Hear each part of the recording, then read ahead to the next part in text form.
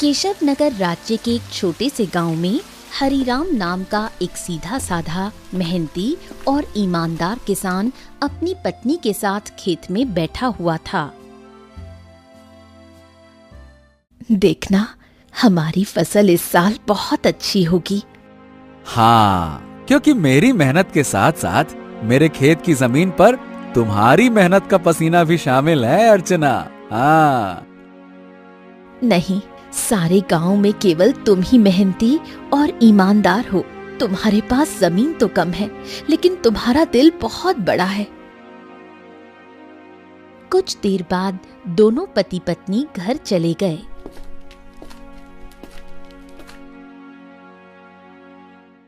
मैं तुम्हें एक बात बताना तो भूल ही गई, घर में लकड़ियां खत्म हो गई हैं। अरे चिंता मत करो, मैं कल सुबह सबसे पहले जंगल में लकड़ियां काटने के लिए ही चला जाऊंगा। ठीक है ना, ले आऊंगा। चलो अब।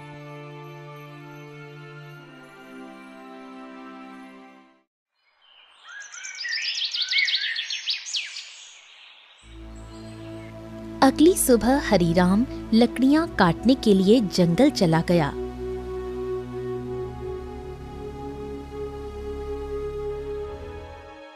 हरिराम एक पेड़ पर कुल्हाड़ी चलाने ही वाला था कि तभी उसने देखा झाड़ियों में एक घायल बंदर करहा रहा था।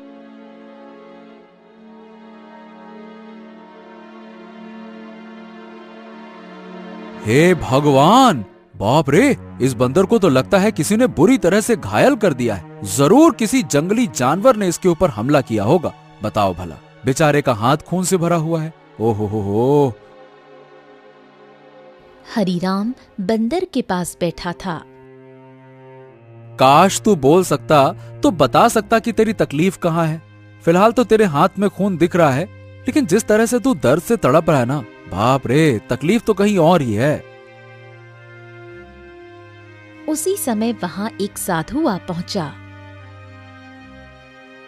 कौन हो तुम और बंदर से क्या बातें कर रहे हो? प्रणाम साधु महाराज, मैं तो बस लकड़ियां काटने के लिए जंगल में आया था।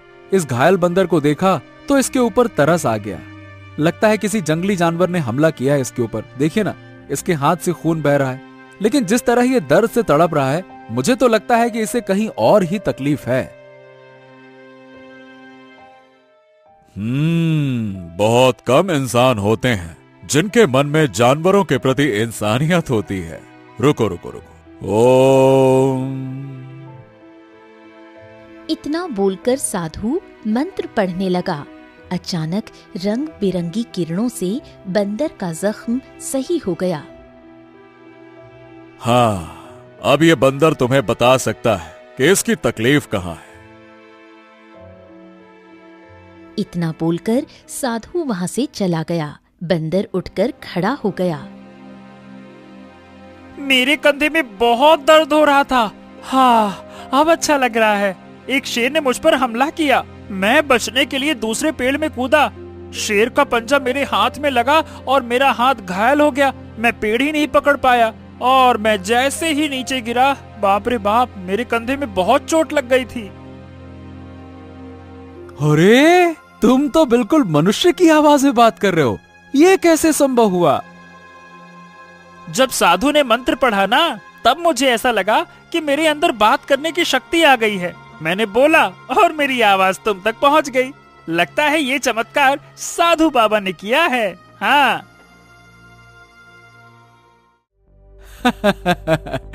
अच्छा ये बताओ, तुम मेरे घर पे चलोगे? ओहो, अब तुमने मेरी जान बचाई है तो अब तो मैं तुम्हारे साथ ही चिपक गया हूँ। मतलब मैं तुम्हारे साथ ही रहूंगा। और क्योंकि मैं इंसानों की तरह बात करने लगा हूँ, तो मैं बंदरों से अब तो अलग हो गया हूँ ना। क्या करूंगा उन बंदरों के साथ रहकर? अब तुमसे बातें करूंगा जी भर के। चलो, तुम मेरा कोई अलग नाम भी रख सकते हो। बताओ बताओ, मेरा क्या नाम रखोगे? बड़े मजे की बातें करते हो तुम। चलो ठीक है, मैं तुम्हें आज से गोलू कह के पुकारूंगा। क्यों, कैसा नाम है? अच्छा नाम है ना? हाँ, अच्छा नाम है। चलो चलो चलो चलो, घर चलते हैं।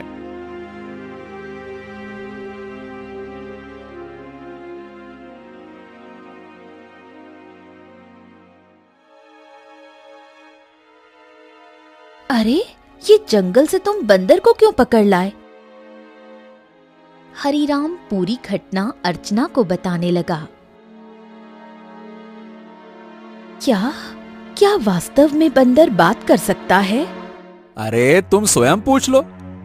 क्या नाम है तुम्हारा? मेरा नाम गोलू है। हरिराम ने मेरी जान बचाई है और अब मैं उसका साथी हूँ। साथी क्या, अब तो मैं तुम्हारे परिवार का हिस्सा हूँ। अर्चना आश्चर्य में पड़ गई। समय बीतने लगा। गोलू की मौजूदगी घर में नई जान ले आई थी। धीरे धीरे गोलू अर्चना के काम में हाथ बटाने लगा। गोलू अब हरिराम का सच्चा साथी बन चुका था। एक दिन गोलू हरिराम से बोला, हरिराम, अब मैं भी तुम्हारे साथ खेत में चलूंगा। क्या करूंगा घर में बैठे बैठे, मुझे भी चलना है। अरे गोलू, खेत का काम आसान नहीं होता, बहुत मेहनत लगती है। क्या करोगे तुम वहाँ पे? अरे क्या करूंगा क्या, मैं भी तुम्हारे साथ मेहनत करूंगा। और क्या मुझे कम मेहनती समझा है क्या? बस डर ये है कि गांव वालों ने तुम्हें बोलते हुए देख लिया ना, तो वो न जाने क्या समझेंगे। अरे पर जब मैंने तुमसे पहली बार बात की थी तो क्या तुम डरे थे क्या, बताओ? देखो गोलू, मैं दुनिया को जानता हूँ। हर कोई मेरे जैसा नहीं होता है जो तुम्हें समझ सके। ओहो, मुझे दुनिया से क्या है लेना देना, मुझे तो तुम्हारे संग है रहना। मेरा मतलब ये है कि मुझे बस तुमसे मतलब है, क्योंकि मैं तुम्हारा साथी हूँ। हरिराम मुस्कुराया और अगले दिन गोलू को साथ लेकर खेत चला गया। कुछ ही दिनों में गोलू ने खेती की हर बात सीख ली।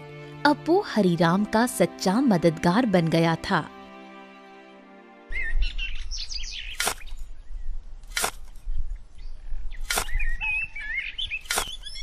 हरिराम, अरे आज की मिट्टी तो बहुत भारी लग रही है।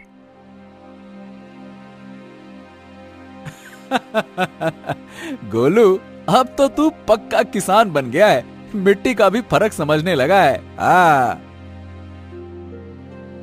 गोलू की बात अब गांव में फैलने लगी थी और ये बात आखिरकार पहुंची जमींदार चौधरी के कानों तक। क्या हरिराम के घर एक बंदर है जो इंसानों की तरह बोलता है? हाँ जमींदार साहब, मैं खुद देख चुका हूँ। अरे मैंने तो उसे बोलते हुए सुना भी है। पहली बार तो मैं डर गया था। अरे भैया, तो फिर उस बंदर को लेकर तमाशा करना चाहिए, उससे तो बड़ी अच्छी कमाई होगी। ये बात आपने बिल्कुल पते की कही जमींदार साहब। जमींदार की हंसी कुछ देर चली, फिर वो गंभीर हो गया। इस हरिराम की जमीन पर मेरी नजर बहुत समय से है। बाकी सब तो मेरे कर्जदार बन चुके हैं, पर ये ससुरा हरिराम ये कभी झुका ही नहीं। उसकी जमीन बहुत उपजाऊ है जमींदार, बंजर में भी फसल उग जाती है। अरे इसमें मिट्टी का कोई खेल नहीं है भीमा। उसकी किस्मत और सितारे बुलंद है, पर जिस दिन वो सितारे गिरेंगे ना, उसी दिन ये खेत मेरा होगा और हरिराम मेरे कदमों में होगा, देख लेना तुम।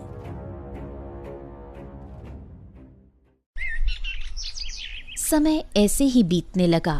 एक दिन हरिराम और गोलू जब खेत से घर लौटे तो आंगन में बैठी अर्चना को देखकर दोनों के चेहरे पर चिंता की रेखाएं खिंच गईं। अरे अर्चना, क्या हुआ? ये कैसी खांसी है?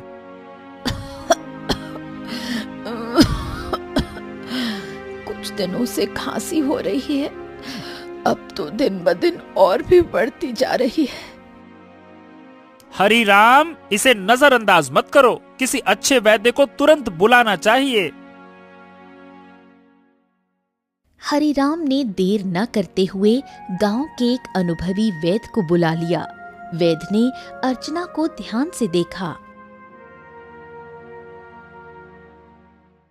हरिराम, देखो, इन्हें एक विचित्र बीमारी हो गई है। अगर समय पर इलाज न मिला तो ये जानलेवा हो सकती है। हाँ, नहीं नहीं नहीं नहीं वैद्य जी, आप तो इलाज शुरू कीजिए, मैं कोई कसर नहीं छोड़ूंगा।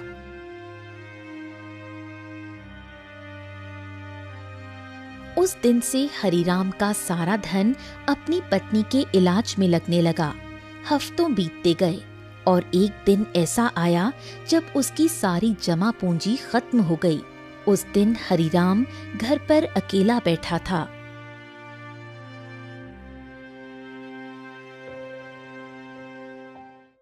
ऐसे उदास मत बैठिए, मैं अपने आप ठीक हो जाऊंगी। ऐसा ऐसा मत कहो अर्चना, मैं तुम्हें इस हालत में नहीं देख सकता। तो अब क्या करोगे? जो कुछ था सब तो मेरे इलाज में लगा दिया। अब तो बीज खरीदने तक के पैसे नहीं बचे। हरिराम सिर झुकाए बैठा था। तभी गोलू तेजी से दौड़ता हुआ आया। हरिराम, हिम्मत मत हारो। तुम्हारे 2 भाई इस गांव में रहते हैं और तुमसे ज्यादा धनी भी हैं। उनसे मदद क्यों नहीं मांगते हो, हैं? हरिराम को ये बात ठीक लगी। उसी शाम वो गोलू को साथ लेकर अपने बड़े भाई केशव के घर गया।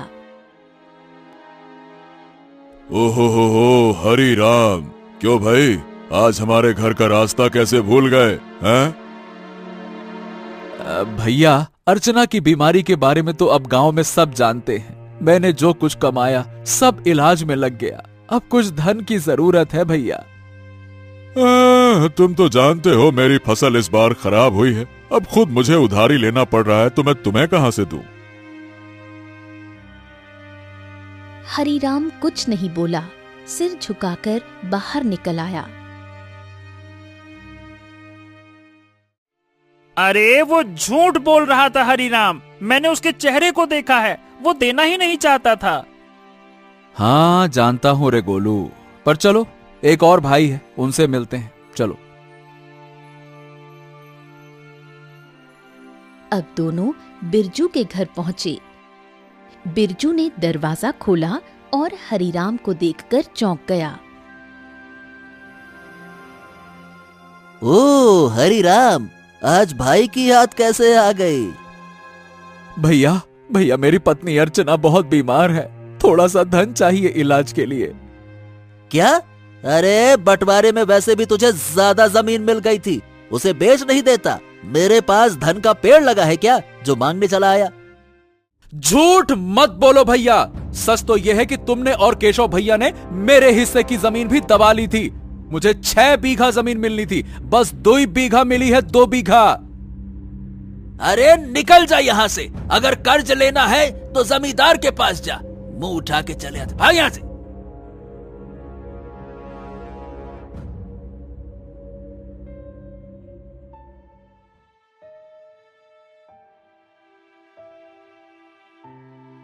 कैसे भाई है तुम्हारे हरिराम, एक भी मदद को तैयार ही नहीं है। हाँ, इस दुनिया में इंसान ऐसे ही होते हैं, मतलबी, अपना पराया कुछ नहीं देखते। तो अब क्या करोगे? क्या जमींदार के पास जाओगे? हाँ, मजबूरी है गोलू, मैं नहीं जाना चाहता था, इसीलिए तुम्हारे कहने पे भाइयों के पास गया। अब तुम ही बताओ, मेरे पास और क्या रास्ता बचा है, बताओ।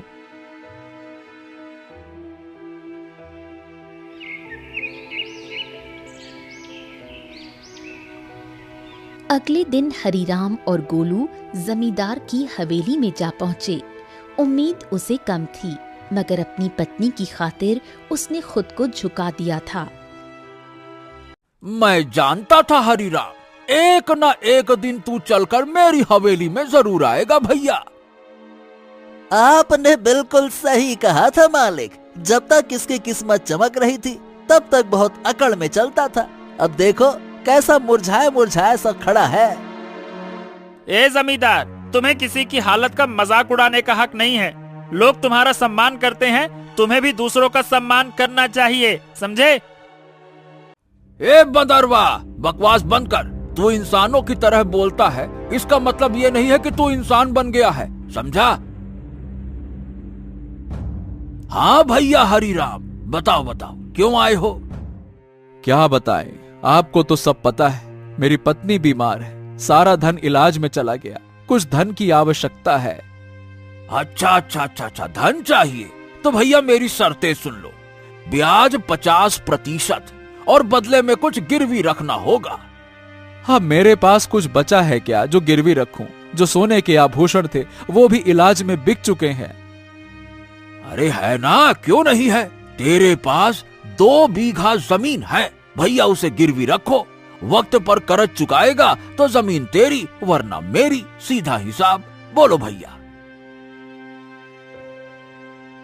हरीराम सोच में पड़ गया। उसे अपनी पत्नी का जीवन बचाना था, मगर कीमत बहुत बड़ी थी। अरे ये तो सरासर अन्याय है। तुम किसी की मजबूरी का फायदा उठा रहे हो। ऐसे तो हरीराम कभी कर्ज ही नहीं चुका पाएगा। ए हरीराम, पहले तो तू इस अपने पालतू बोलने वाले बंदर को ले जा यहाँ से, नहीं तो मेरा मन बदल गया तो हो गया तेरा काम। जब से आया है पटर पटर पटर पटर। चुप कर। हरीराम चलो मेरे साथ, ये कर्ज मत लो, चलो। गोलू, मेरे पास अब और कोई चारा नहीं है। अरे तुम बस चलो तो, मैं तुम्हारी मदद करूंगा ना। हाँ चलो मेरे साथ। हरीराम गोलू के साथ चला गया। हवेली के भीतर जमींदार और भीमा गुस्से से खौल रहे थे। ए मालिक, हरीराम तो हाथ से निकल गया। अरे चिंता मत कर बेटा, मजबूरी उसे फिर लौट आएगी। कितना दूर जाएगा वो?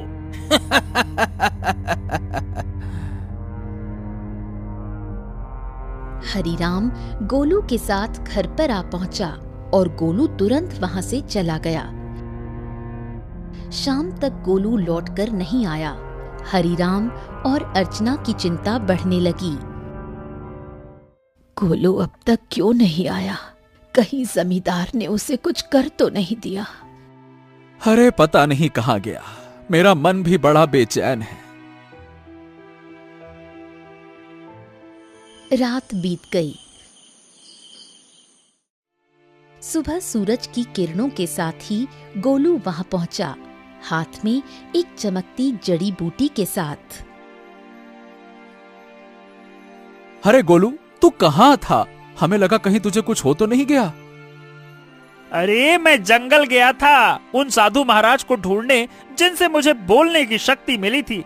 उन्हें मैंने सारी बात बताई और उन्होंने दया करके ये जड़ी बूटी दी है। उन्होंने कहा है कि इससे से बड़ी बीमारी ठीक हो सकती है। हाँ।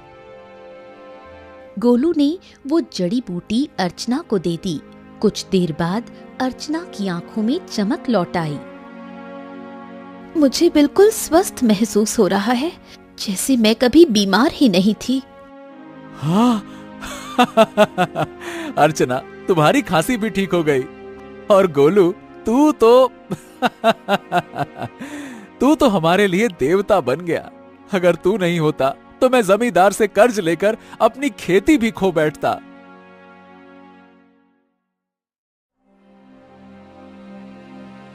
हाँ, अब मेरी पत्नी तो ठीक है, लेकिन खेत में बीज डालने के पैसे तक नहीं बचे।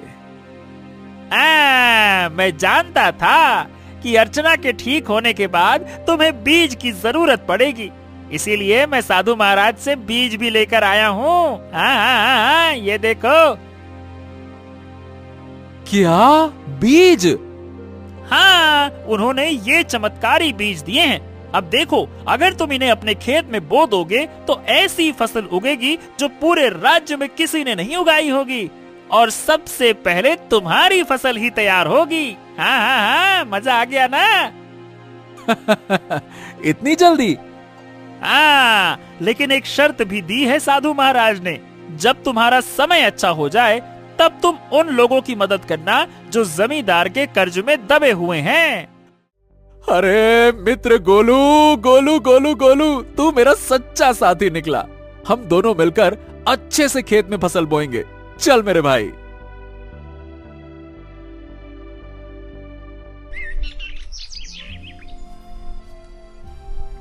अगले ही दिन हरीराम, गोलू और अर्चना ने मिलकर खेत जोता, बीज बोया और आकाश की ओर देखकर मेहनत का वादा किया।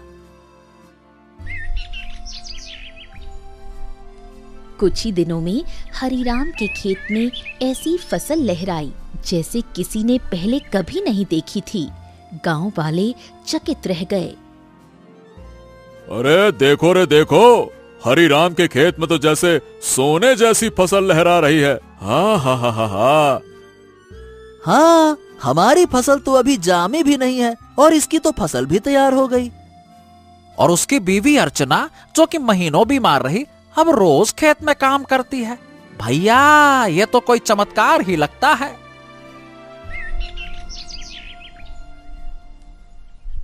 कुछ दिनों बाद हरीराम की किस्मत बदल गई। चमत्कारी फसल ने उसे गांव का सबसे सफल किसान बना दिया। बाजार में उसके नाम की चर्चा फैल गई। हरि राम, जपो राम नाम, बन गया तू धनवान। जो सोचा था वो हो गया सच।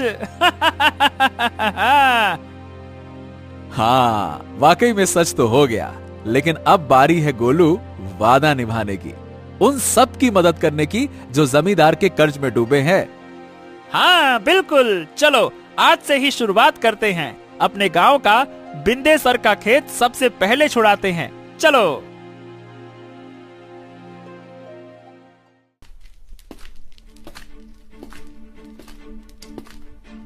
हरीराम और गोलू ने अपना मुनाफा इकट्ठा किया और एक एक कर गांव वालों का कर्ज चुकाने लगे। बिंदेसर, भोलू, रज्जो सभी ने अपनी जमीन वापस पा ली। हरिराम भैया, आज आपने हमें नया जीवन दे दिया। सही बताओ, बिल्कुल, बहुत बहुत धन्यवाद। गांव में खुशी लौटने लगी, लेकिन जमींदार के चेहरे पर उदासी छा गई। ये सब देखकर जमींदार गुस्से से अपने साथी भीमा से बोला, हाँ, ए भीमा, तू देख रहा है ना कि क्या हो रहा है? हाँ मालिक, हरिराम ने सबके कर्जे चुकाने शुरू कर दिए हैं। अगर यही चलता रहा तो एक दिन तो मेरी जमींदारी ही खत्म हो जाएगी और मेरा दबदबा भी खत्म हो जाएगा। आप तो आदेश दीजिए मालिक की करना क्या है। अब बहुत हो गया भीमा, अगर ये हरिराम ऐसे ही सबकी जमीन छुड़वाता रहा तो मेरा क्या बचेगा? मेरा दबदबा, मेरी हवेली है। अरे मालिक, आप तो बस आदेश कीजिए, कल ही उसका काम तमाम कर दूंगा। सब खेत में काम करते हैं, वही खत्म कर दूंगा। कहिए। खून जमीन पर गिरे ऐसा मारना साले को, ताकि सबके दिल में डर उतर जाए। जा, हरिराम को मिटा दे, जा।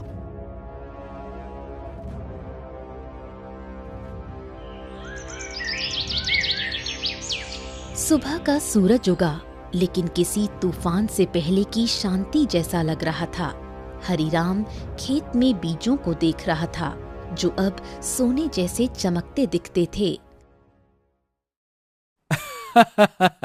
अरे गोलू, देख तो, ये फसल तो जैसे गाना गा रही हो। तुम्हारे हाथ की छुअन में जादू है। हाँ बिल्कुल सही कह रहे हो मित्र। इस बार की फसल सोने की फसल जैसी उगती हुई दिख रही है। वाह वाह वाह वाह वाह वाह। इतना बोलकर अचानक गोलू एक ओर हट गया।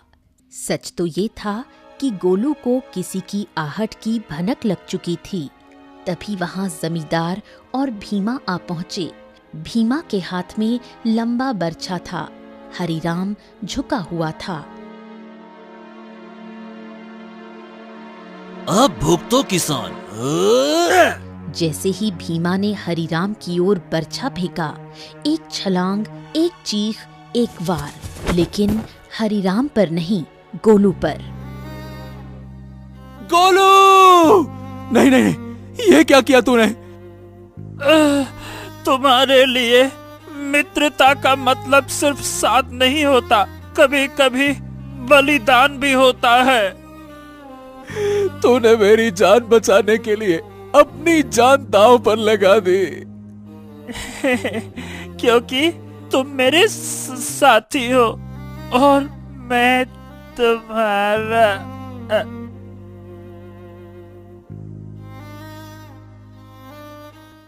जमींदार और भीमा अविश्वास भरी नजरों से घायल गोलू को देखने लगे। भीमा जमींदार की ओर देखकर बोला, अरे ये क्या जमींदार, इस मूर्ख बंदर ने तो हरिराम के ऊपर लगने वाला वार अपने ऊपर ले लिया। हाँ, तुमने सही कहा, लेकिन मैं फिर भी हरिराम को जीवित नहीं छोड़ूंगा। इतना बोलकर जमींदार गोलू की ओर देखकर क्रोधित अवस्था में बोला, अरे तू मूर्ख का मूर्ख बंदर ही रहा। अरे तू इंसानों की तरह बोल सकता था और इंसानों की तरह रहने लगा था, लेकिन तू इंसानों की तरह चतुराई नहीं सीख सका। तुझे क्या जरूरत थी अपने ऊपर वार लेने की? क्या आवश्यकता थी बलिदान देने की? मूर्ख बंदर कहीं का, तूने मेरे सारे किए कराए पर पानी फेर दिया। लेकिन तुझे क्या लगता है कि मैं हरिराम को जीवित छोड़ दूंगा? नहीं, मैं हरिराम को जीवित बिल्कुल नहीं छोड़ूंगा, क्योंकि उसकी वजह से ही मेरा गांव में दबदबा समाप्त हुआ है। तेरा ये बलिदान बेकार जाएगा रे मूर्ख बंदर, रुक जा। गोलू के होठों पर एक हल्की मुस्कान अब भी जिंदा थी। गोलू ने अपने मित्र हरिराम को मुस्कुराते हुए देखते हुए ही दम तोड़ दिया। तभी वहां वही साधु प्रकट हो गया जिसने गोलू को बोलने की शक्ति दी थी और जिसने गोलू को हरिराम की पत्नी को बीमारी से बचाने के लिए जड़ी बूटी और जादुई बीज दिए थे। साधु क्रोधित अवस्था में जमींदार और भीमा की तरफ देखकर बोला, जिसने निर्दोष की जान ली उसका पाप अब उससे बदला मांगेगा। जमींदार और भीमा, तुम दोनों ने बहुत बड़ा पाप किया है। तुम्हें इस संसार में खुलेआम रहने का कोई अधिकार नहीं है। तुम दोनों समाज के लिए खतरा हो, रुक जाओ। इतना बोलकर साधु की क्रोधित आंखों से रंग बिरंगी किरणें निकलकर भीमा और जमींदार के शरीर पर पड़ने लगी और अगले ही पल उनके शरीर में आग लग गई। कुछ ही देर में वो दोनों जलकर राख हो गए। गांव वाले इकट्ठा हो गए। साधु हरिराम की ओर देखकर बोला, हाँ, तुम्हारा और गोलू का साथ यहीं तक लिखा था हरिराम। लेकिन साधु महाराज, जमींदार के साथी भीमा ने मेरे ऊपर हमला किया था, लेकिन गोलू ने उसे अपने शरीर पर ले लिया। हाँ, क्योंकि वो तुम्हारा सच्चा साथी था। जाते जाते गोलू ने अपनी मित्रता का कर्ज चुका दिया। अपने साथी को कभी नहीं भूलना हरिराम। इतना कहकर साधु रंग बिरंगी किरणों में वहां से गायब हो गया। गांव वाले नम आंखों से गोलू के बलिदान की सराहना करने लगे। अरे ये कोई साधारण बंदर नहीं था भैया, देवता था, देवता, हरिराम का सच्चा साथी। हाँ भैया, इसने अपनी जान दे दी और हम सबको बचा लिया। बहुत अच्छा बंदर था। कुछ दिनों बाद हरिराम ने नम आंखों से गोलू की याद में उसी खेत में एक पौधा लगाया जो आगे जाकर बना साथी वृक्ष। गोलू, तेरे बिना सब अधूरा लगेगा, लेकिन तू मिटा नहीं। तू हर उस फसल में है जो इस धरती से उगेगी। कभी कभी सच्चा साथी इंसान नहीं होता, वो एक जानवर हो सकता है जो बिना शर्त प्रेम करे, रक्षा करे और अगर जरूरत पड़े तो जीवन भी दे दे।